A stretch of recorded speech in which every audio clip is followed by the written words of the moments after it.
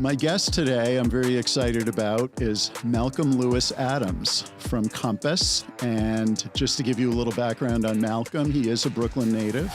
Stop me if if I'm off on anything. Specifically Bushwick. There we go. There we go. All right. And Malcolm served in the U.S. Marine Corps and worked in the fashion industry for many years, the publishing business. And then since joining the real estate game, he's made over $90 million in sales, and we're delighted to have him. Welcome, Malcolm. Thank you for having me. Appreciate it. Yeah, it's and great. We have several pending sales too. Oh, there you go. So we can adjust the number a little bit. Excellent. So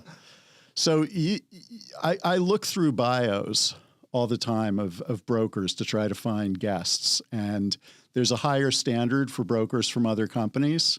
And so when I saw your bio, I thought, I have to get this guy on the show, but we'd never met until today. But you have a very interesting story, and maybe you could just tell us a little bit about it and about yourself. Absolutely. Well, first of all, thank you. Appreciate that.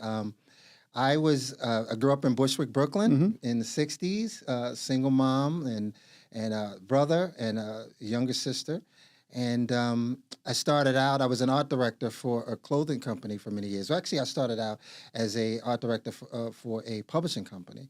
And that was several years directly after school, it was incredible. We created professional textbooks where we were, I would design covers and interiors. And this is back in the old days. We had to do line code.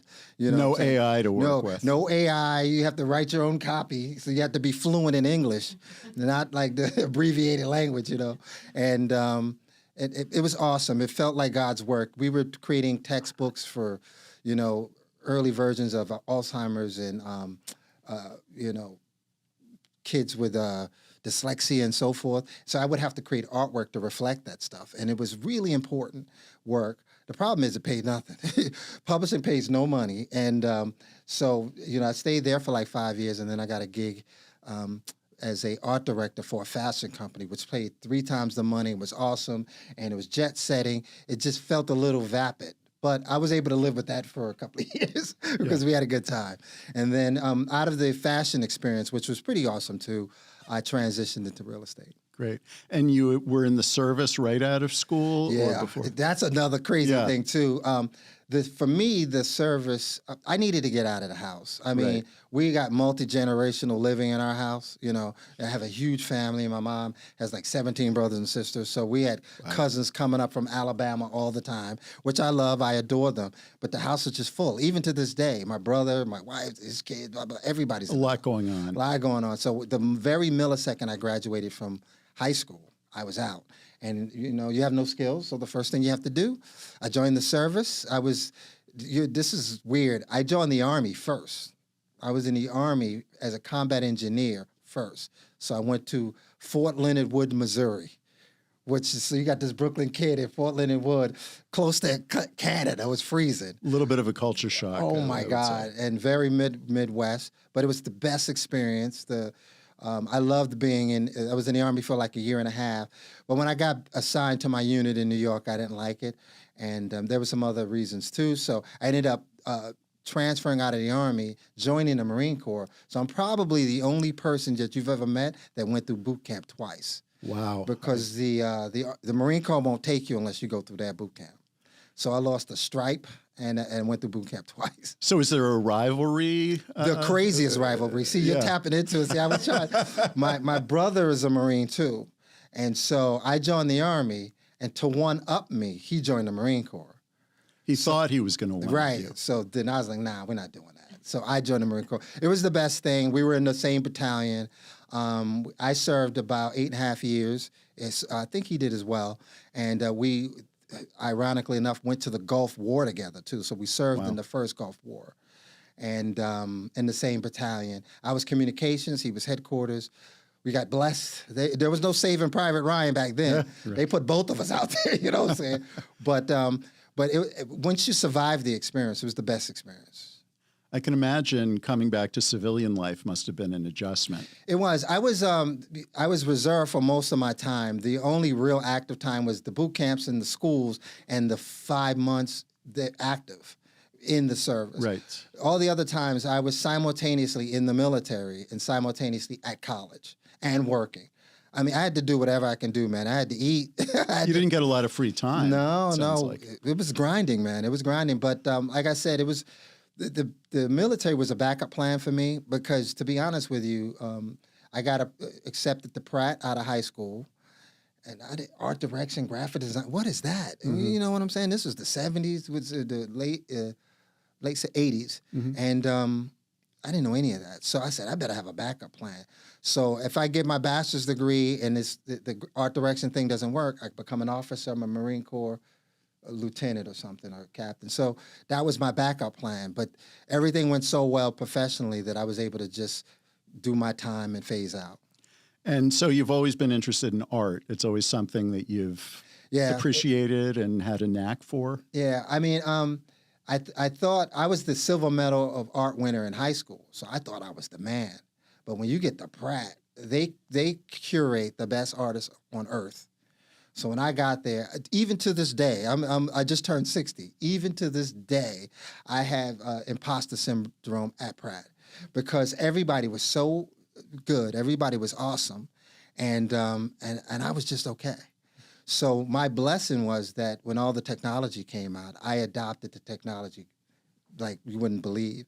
And since I was, I was so smart and I adopted the technology, hardcore Apple computer enthusiast, that I was able to convert easier. So everybody was more talented, but I was much more academic inside this art world. So that was my blessing. But if I had to live on just being an artist, no, I'd have went to the Marine Corps. I'd have stayed there. But it shows right away that you were pretty resourceful. You knew what you had to do and you knew what you wanted and what it would take to be successful. Absolutely. I mean, all of it, it's a winding road because one of the reasons I accepted this invitation because I think the origin story of brokers is so interesting. The best. We sit down and we talk to people, and you get people that come from banking and people that used to be actors and models and so forth, and they find this winding road. And I think part of the reason you chose me is no road winds more than mine. Your road winds way around New York City and up and down and over the top. Exactly. So I just think that's such a great platform to be able to express. Ultimately, it's the sphere of influence and your experience that helps you to service your clients. And so hopefully all of this experience allows me to stay focused and disciplined and empathetic when I'm serving the client. Great. So tell us about your time in the fashion industry. What did you do and what was that like? That was the best. I worked for a company called the Moray Group, which is, you don't know that company, that's like the parent company, but all the cool brands that we worked for, we did Norma Kamali and Spalding and Jockey and To Exist men's underwear. We did all the cool brands. And my job was to do all the packaging and all of any artwork related, anything that's unrelated to the design of the clothes, I had to do the artwork for and manage the artwork for. So I would do artwork for the interior stores. So you would walk through JCPenney, and my artwork was all over the walls. And you would go, I once had a Jockey poster in Times Square. So I created artwork that promoted the clothes. And it was the best job ever. I stayed with them for 24 years, and I loved them. And to be honest with you, if it wasn't for COVID, I'd probably still be there. COVID, they did a big realignment. And, you get an opportunity to flush out some of the old blood and get a new blood. 24 years is a good run. I still love them. Jewish company, they embrace me like family. So I have like a Jewish name, Malachi. Malachi. I went to Sit and Shiva and bat mitzvahs and bar mitzvahs, and I adore them to this day. We're still really good friends to this day. So it was great. Art direction all over the country. Sometimes when I talk to people, they are in different careers and they have burned bridges here and there, but it sounds like you haven't burned any bridges. No, we're still very good friends. I got married when I worked there. I had my kids with them. They stabilized my life, so I was able to build my first real estate investments through them. They even assisted a little bit with that. And so I have nothing but love and respect for them. And the job was awesome. I traveled the country. I had to do marketing events. So we would do conventions, and I created the artwork for the conventions. So we created women's underwear, men's underwear, activewear, so fashion shows, everything. So it was like the best job. It paid well, and the best experiences. Luckily, there was no internet. The internet wasn't mature back then. So a lot of that stuff is hearsay. I don't know how mature it is now, but It's not that mature. No, we're talking about, yes, I know what you mean. It is, but it was the best experience. And I think that part of the reason I'm such a great salesperson is because of that experience. Because when you're the art director, when you're dealing with all the different retailers, Kmart and all the big retailers, Macy's, it's all selling. You know, when we create the artwork and we're like, why is this artwork going to work? They need somebody to sell it. So Right. it's the designers and it's the art directors who prepare and say, we think it's going to work. This is the trend, blah, blah, blah. So all of that experience is directly related to my real estate business. we'll be right back after this minute. A word from our sponsors. I'm Brian Scott Cohen, one of the top loan originators in the country and the #1 mortgage originator at Guaranteed Rate Infinity. Guaranteed Rate Infinity arguably has the most advanced tech in the industry. Our completely digital loan process makes it easy and efficient for homeowners, from a 15-minute pre-approval to the digital application and through closing. My team and I would love to help you get into the home of your dreams. Hi, I'm Dylan Pachulik, CEO of XL Real Property Management, New York's most trusted name in luxury property management since 2012. We specialize in managing individual apartments, townhouses, and rental buildings held by absentee owners. We maintain our properties with the highest standards of quality and service so that owners can choose a hassle-free approach to real estate investing. Rented or owner-occupied, we handle it all. For more information, contact us at xl-rpm.com.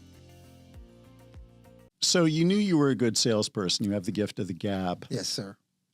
There's some talk in the real estate business. Is real estate sales? Because you can't really sell a person on their home. How do you approach, and you're obviously somebody who takes really good care of your clients. How did your time doing those previous jobs play into your time as a real estate agent? Yeah, you know, that's very interesting that you said that, because you're right. You can't really sell. Oftentimes, the people know or they don't know what they want, and the budget dictates it and all that kind of stuff. Oftentimes, it's a matchmaker. It's like being, you know, like you're a dating coach, right? I have access to the inventory. One of the blessings of being in the business is there's some inventory that doesn't go live to the market. So we have all of that inventory, and we distill the inventory too, right? So oftentimes somebody comes to me and they say, I want this, that, and the other thing, but I know you. We've had dinner together. We've had coffee together. I think this will work better for you. This is a better investment. This is a better place for your where you want your kids to be raised and so forth. So it's more like being a matchmaker, and being able to articulate that, because part of selling is being able to articulate the positives or the negatives of why something works. And so even though we may not be selling them specifically on the property as much as we're selling them on why it's a good investment for them and why they can get a return. Right. I spent a couple of years being one of those salesmen in Times Square selling comedy tickets. Oh, nice. So that's sales at its most base level. But when you get into real estate, it's a different thing, like you said, because you're comparing different homes, and your client is either your seller or your buyer. So I feel like the job is often to really educate them, and so that they can come to the more informed decision. And I try not to give my opinion too much, because I don't want to. There's a lot of talk in the industry, and people get a bad rap because brokers, their perception is often that we are salespeople who are aggressively pushing a particular property. And in general, I don't think that's the case at all. I think brokers are very devoted to their customers. And so I always try to keep that in mind, that it's sales, but it's much more than sales. It's therapy. It's advising. That's really what it is. Yeah. It's really what it is. We have to comfort people. We have to be We have to advise them. Ultimately, it has to be their decision. It can't be, you have to buy this. I think no. It has to be their decision because they have to live with the consequences of the decision, right? Once the deal closes, I'm going to follow up. I'm going to be there I'm going to always be there for my clients, but you have to live with the consequences. So I don't want to be, I'm never pushy. Mm-hmm. I really, really see myself as a consultant. I help you go through, especially you and I talked earlier, the bigger deals you're dealing with experienced investors and it's analytical and that's usually easier. It's just the deal works or it doesn't, it cash flows or it doesn't, right? But when you're dealing with people that are spending $1 million in New York, which is middle class, and it's everything they have on earth, we have to give them comfort. We have to give them protection. We have to look out for them. Make sure they get that inspection. Even though the inspection may blow up the deal, we have to make sure that they're aware of the condition of the property and protect them. And so, no, it's not just sales. It's everything in what we facilitate the deal. Ryan Serhant, who I love a lot, I've read his books and so forth. Ryan once said that somebody has to be committed to the deal. Right? Some people are committed to buyers and sellers, and some people have other agendas. Somebody has to be committed specifically to the deal. So my job is to facilitate the deal, protecting my client, but facilitating the deal. Mm-hmm. And the lawyers don't do that. They do their function, and the title company does their function. You and I sometimes have to be there with the appraisals. And here's our comps too, to make sure that it appraises right. And I'm committed to the deal, facilitating the deal. I've seen a lot of deals where you're looking at emails going back and forth, and often between attorneys, and people are already misreading context in emails. And I can slowly see the deal going south as it becomes a matter of egos, one party not really understanding the other. And I kind of feel like that's where we as brokers have to jump in and help each side understand the other side, and it's not a personal, no animosity. Right. Here are the issues. What can we do to resolve them? Absolutely. The one of my dear friends, Sarah Golan, I adore her. She had a post the other day, and she was talking about the importance of a phone call. Right, mm-hmm. Like, we think that we just communicate with our voices, but we don't. There's tone, there's inflection, there's context. And when we're here in person, there's body language. There's a bunch of other ways that we communicate that show that we care, that we're concerned, and so forth. And so all the emails are just so that people can say, well, I said on this date the inspection was this, right?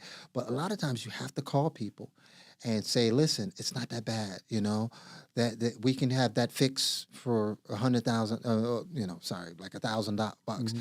And so sometimes if you talk to people, you can smooth over and you can facilitate transactions instead of being very antiseptic behind this wall of emails and texts and so forth. So the phone call is everything. And texts in particular these days, and there are people who will only text. And it's frustrating for me because I don't really get a handle on what someone's thinking. Right. Even something like I text you, we're on the 10th floor, not the 9th floor, my mistake. Right. And I send a text like that, and there are people who get upset even at that. Right. You didn't tell me it was the 10th floor, and they think that my tone is direct. What are you doing on the 9th floor? Come on up to the 10th floor. So, absolutely right. We have to talk. It's the lost art of conversation is so important. I take clients out all the time, other brokers out that I hope to do business with all the time. We sit down, we have a cup of coffee, have a bagel or something, and talk and really communicate with each other. I think that's very important, and that's part of the business. And it's a part that I love. I love going into the office and just checking in with my friends, my colleagues that I work with, my sales director. How are you finding the market? Do you have any 2 bedrooms coming up on the east side? That kind of thing. And I feel like since COVID, we've lost a little bit of that. And I always try to go into the office every day just to see people. Absolutely. COVID, that was the thing. COVID, it let us know that we can work from home, but I think we're too separated. I believe, one of the things I loved about the Marine Corps, I'm a big sports fanatic. I'm out of control. I'm a Jet fan, which is, I'm dying right now. But well, I won't tell you what team I root for. Or there'll probably something in Boston. I don't want to talk about it. But I was a fan, going back to Steve Grogan, Jim Plunkett, so I paid my dues. Yeah, right. Yeah. And I'm a humongous Met fan, so I'm thankful of Boston because we won our only championship through what that. What time is it? Is it right? But I'm a big proponent of teamwork. My manager at Compass, she's incredible, and she's always given me so much love about how I would love to be part of all the parties and when we have classes. Instead of doing it online, I like to do it when we're all together.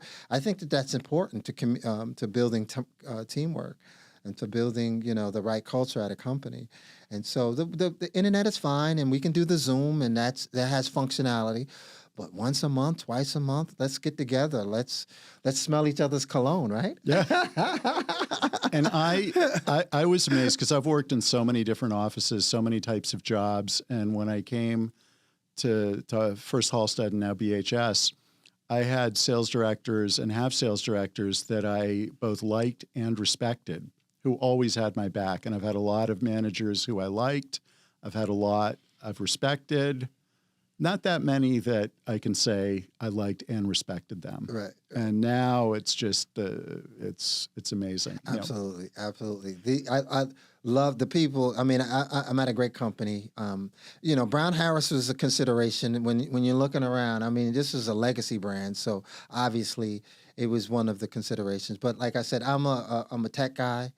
And so that at the end of the day, that was the reason I chose my company. But the community is so small, and it's imperative that we have an open door policy, no matter where the brand is, because you're going to have the listing that my client adores, and we're going to have to do business. So we're at the end of the day, we're a brokerage family, all of us. It really is, and I love if I'm bringing a buyer to a listing. I love when I see someone I know on the listing, because I know if it comes to doing a deal together, it's going to be cordial, it's going to be straightforward and honest.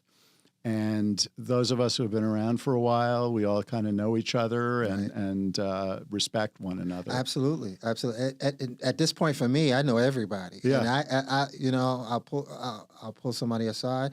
Once again, we'll do coffee. Especially, I'm in Williamsburg now. That's where I'm based out of the Williamsburg office, and that is the coolest, funkiest, artsy. You can see all my Pratt heritage comes out because I'm in that neighborhood, looking at the art on the walls, on the ground, and Bushwick too. My family, we still own a home in Bushwick, and Bushwick is nothing more. It's an art palette in Bushwick. So that's my whole thing. So I have people come out. We do the shoreline, have a little light lunch and so forth, and it's the best way to connect with other brokers. It's also when I go home at the end of the day, there are days when we have a lot of paperwork to do and things to catch up on. Nothing makes me feel better than when I've spent the day interacting with colleagues, other people from other companies, buyers, sellers, just people out there in the world. I come home and I feel like I've had a great day. Absolutely. Even when things don't always go 100% smoothly, Absolutely. You're still very involved in Bushwick and your community and people you grew up with. Can you tell us a little bit about that? Yeah, I actually should be more involved. I was more involved early on, but now I'm like so focused on business. It's like sort of taking up a lot of my time. So, I do a lot of donations. I do running. I'm a real fitness enthusiast, so I do a lot of 5K runs all over the city. And those 5K runs are always used to donate. It's for educational purpose or some. I'm going to do one. There's a 9/11 one that's around the where the towers were, and I have a T-shirt that says Sergeant of Marines, and I do my little 5K. And but doesn't everyone expect you to be really fast? You probably Yeah. We're about the same age, Yeah. and I know sometimes I think I'm pretty fast, but I'm not as fast as I think I am. I'm not as fast as I used to. I think just like you, I only want to finish. I'm only about finishing. The race is only with me. Like I said, I just turned 60 in December. And I think I probably beat out all the 60-year-olds. But everybody else, I'm very modest. I run probably a 10-minute mile. you know. Pretty good. And so A lot of 20-year-olds would like to do yeah, that. I know exactly. So, you know, and as I get older, I'm super blessed. I don't smoke anymore. I haven't smoked in 30 years. I used to smoke when I was in the Marine Corps. Yeah. But no smoking, no drinking, none of that stuff. I try to eat very well, run every day. And so we do a lot of those types of events, and they donate to a lot of our, a lot of the charities. I'm a member of Kappa Alpha Psi Fraternity Incorporated. Yo, brothers, yo. And so I'm not as active as I should be. I know a couple of people, they're going to be looking at this going, bro, I haven't seen you at a meeting in about 6 months, so I'm sorry. But we do a lot of donations. We give out scholarships. So a lot of times our donations go to giving scholarships to kids in college. We're big on college attendance. We give out food to the needy. So it's for me, it's par for the course. If you're blessed with this life, if you're able to make a living in real estate and you're able to just enjoy this beautiful city, it's the least you can do. So absolutely, it's one of the pillars of my business model.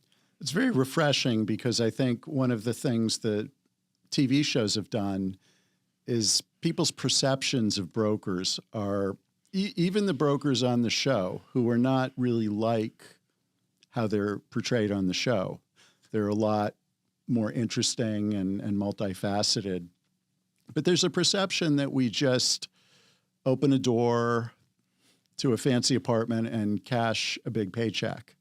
And that's definitely not the case. Most brokers I know are go a little deeper than that. Absolutely. Oftentimes, I mean, I love reality show. I mean, reality TV. I mean, MTV and all these companies that produce it. It has a place. You know, it's not my favorite. It's not the thing that I consume all the time. But I get its place. It helps promote our business, and any promotion is good promotion. The problem is that it makes caricatures of agents. And I know many of them. Most of them are personal friends of mine, not tertiary friends. Owning Manhattan and all these other shows, $1 Million Listing. Some of them I know personally. And it's all caricatures of what we are. Right. And they're selling 1% properties. You're selling an apartment for $100 million. I mean, none of us are going to, that's not the business. The business is dealing with people day to day. Relationships. We're dealing with a father who's a cop. The mom is a nurse. They have 2 kids. They scraped every dollar they have to get this $1.2 million home somewhere in Flatbush or somewhere in Bed-Stuy. And then they're not going to be appreciative of you coming in, fabulous, Prada. They're not going to be appreciative of that. It's gonna be an affront to them, right? And so, and I know most of these people. That's not how they are in real life. And so, I don't want to offend anybody. I think that if that's your business, more power to you. Do that. My business is $1 million, $2 million, $3 million. Where in New York, that's upper middle class, and it's right there at semi-rich or whatever. And they need your attention. They need 100% of your focus, and they don't need any of your glammed out. They don't need any of that. And so I try to be that. I want to be a consultant for that person because that's going to be 90% of our transactions. I've done big deals before. I hope to do big deals in the future. But 90% of my deals is New Yorkers, and even outside of New York. I have a contract in Florida now. I have 2 listings in Pennsylvania. I closed the deal in California. So, but all of these are upper middle class people making ends meet and relatable people. And so I loved it. I love the business. I have no problem with any of the reality TV. I love it, love it, love it. I watched every episode of $1 Million List in New York, every episode. But that's not the business. The business is us on the ground. I did read that you had a $9 million sale recently that you had a good time with. Can you tell us a little bit about that? Oh yeah. So man, that was hard. That was difficult too. It was 318 22nd Street in Chelsea.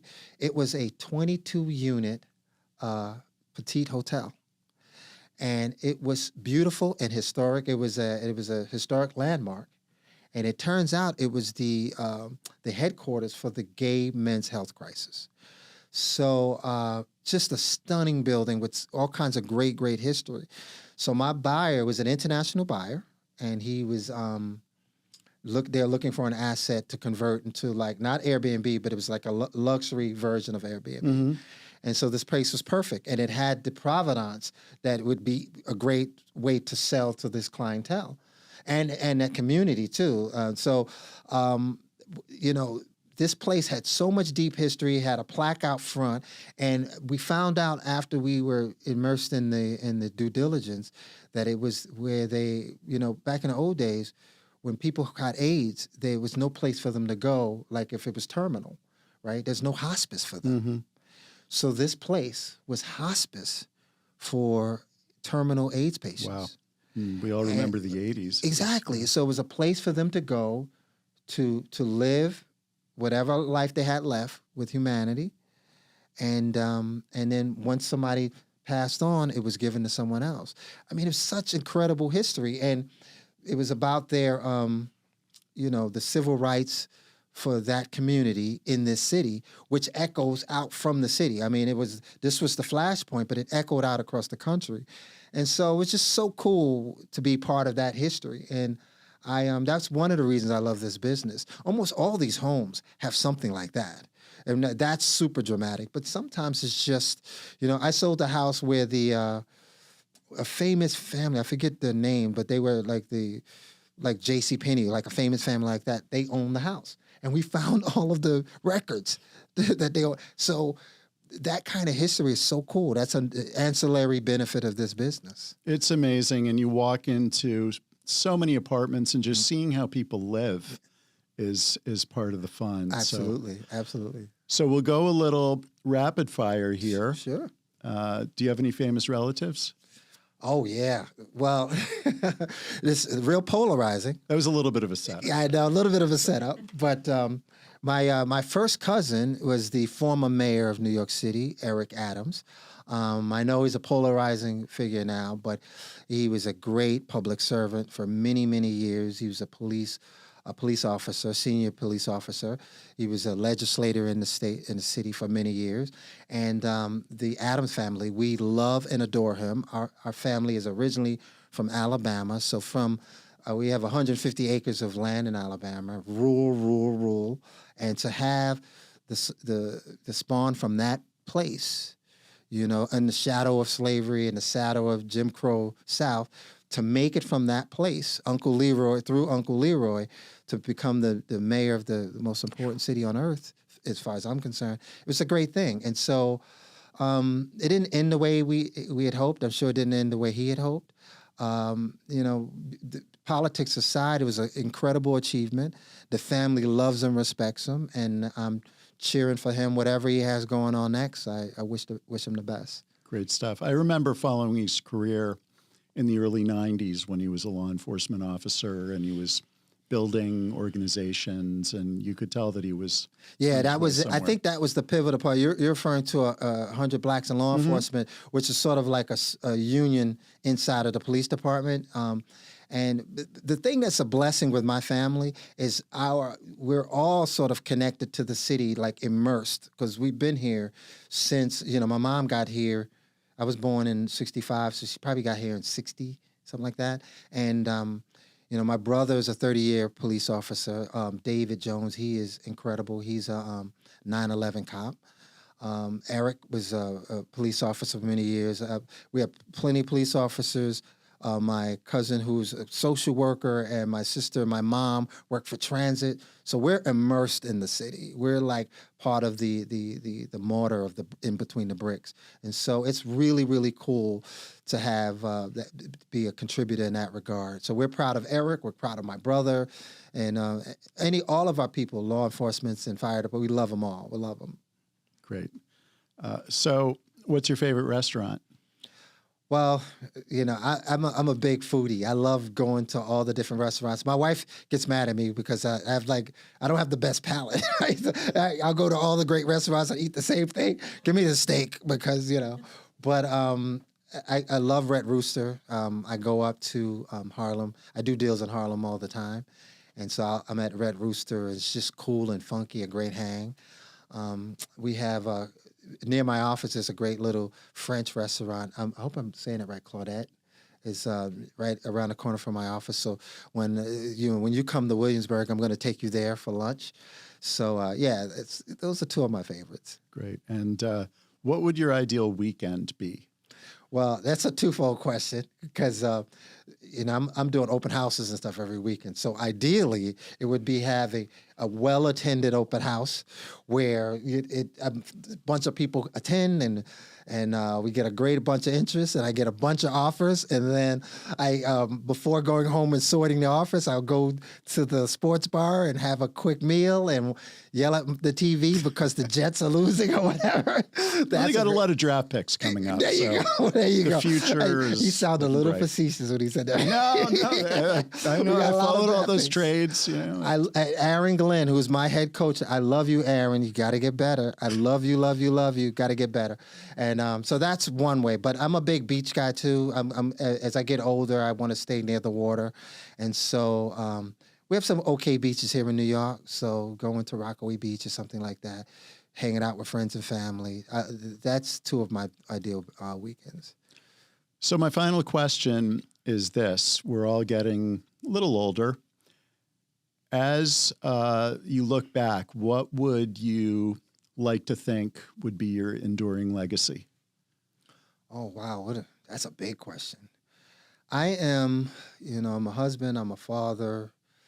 I think it's important for us to financial literacy and with kids, it needs to start earlier in all communities. I'm involved with a group now where we do these panels where we're helping people, Black and brown communities in particular, but all people, about learning about real estate early, about savings and stocks and bonds and scaling businesses and so forth. So financial literacy is big for me. And one of my big passions now is affordable housing. It's crisis mode. I do a lot of great rentals, and I get a lot of people who are really desperate and they can't afford the properties that I'm renting, and they're really desperate and they need help. And I would love to be in some way to be able to reform the affordable housing method here and the politics of it all. It needs to be changed. I love the new mayor. I think he has a good heart. I'm not quite convinced that the method that he's proposing is the way to go. I think it needs a gut reform, and I think there's ways that we can provide more housing than we are. So I would love to do that. Do developments that would be affordable housing, green, and we can create a whole community where we can help people clear their credit and help them evolve into the middle class as well. So that's a big question. I've answered a lot of stuff. Well, we'll have to have a part two. Yeah, part two. For the rest of that. So this has been great. It's really been a pleasure meeting you and having you on the show, and I'm looking forward to lunch in Williamsburg. Absolutely. Open invitation. And that goes out to absolutely. I'll have the cologne for you. Well, thanks again. And do you want to give your contact or how people can reach you? Yes. I am Malcolm Lewis Adams. I am an associate broker, team lead at Compass. My office is out of Williamsburg, but I sell all over Metro New York City. And you can call me, you can email me at malcolm.adams@compass.com, or you can friend me on Instagram, that would be really cool. Malcolm Real Estate. MALCOLM Real Estate. And that's it. Thank you so much for your time. Thank you. Thanks, everyone, for joining us. My name is Joe Ulam with Brown Harris Stevens. This is Becoming Brokerage, and we look forward to seeing you at the next episode. What do you really need to know about buying or selling a home? First, it's serious business, and it's complicated. There's a lot of money on the table, and emotion, too. You need an agent who knows the ropes. So, whether you're buying or selling your home, work with professionals who have a mastery of the craft.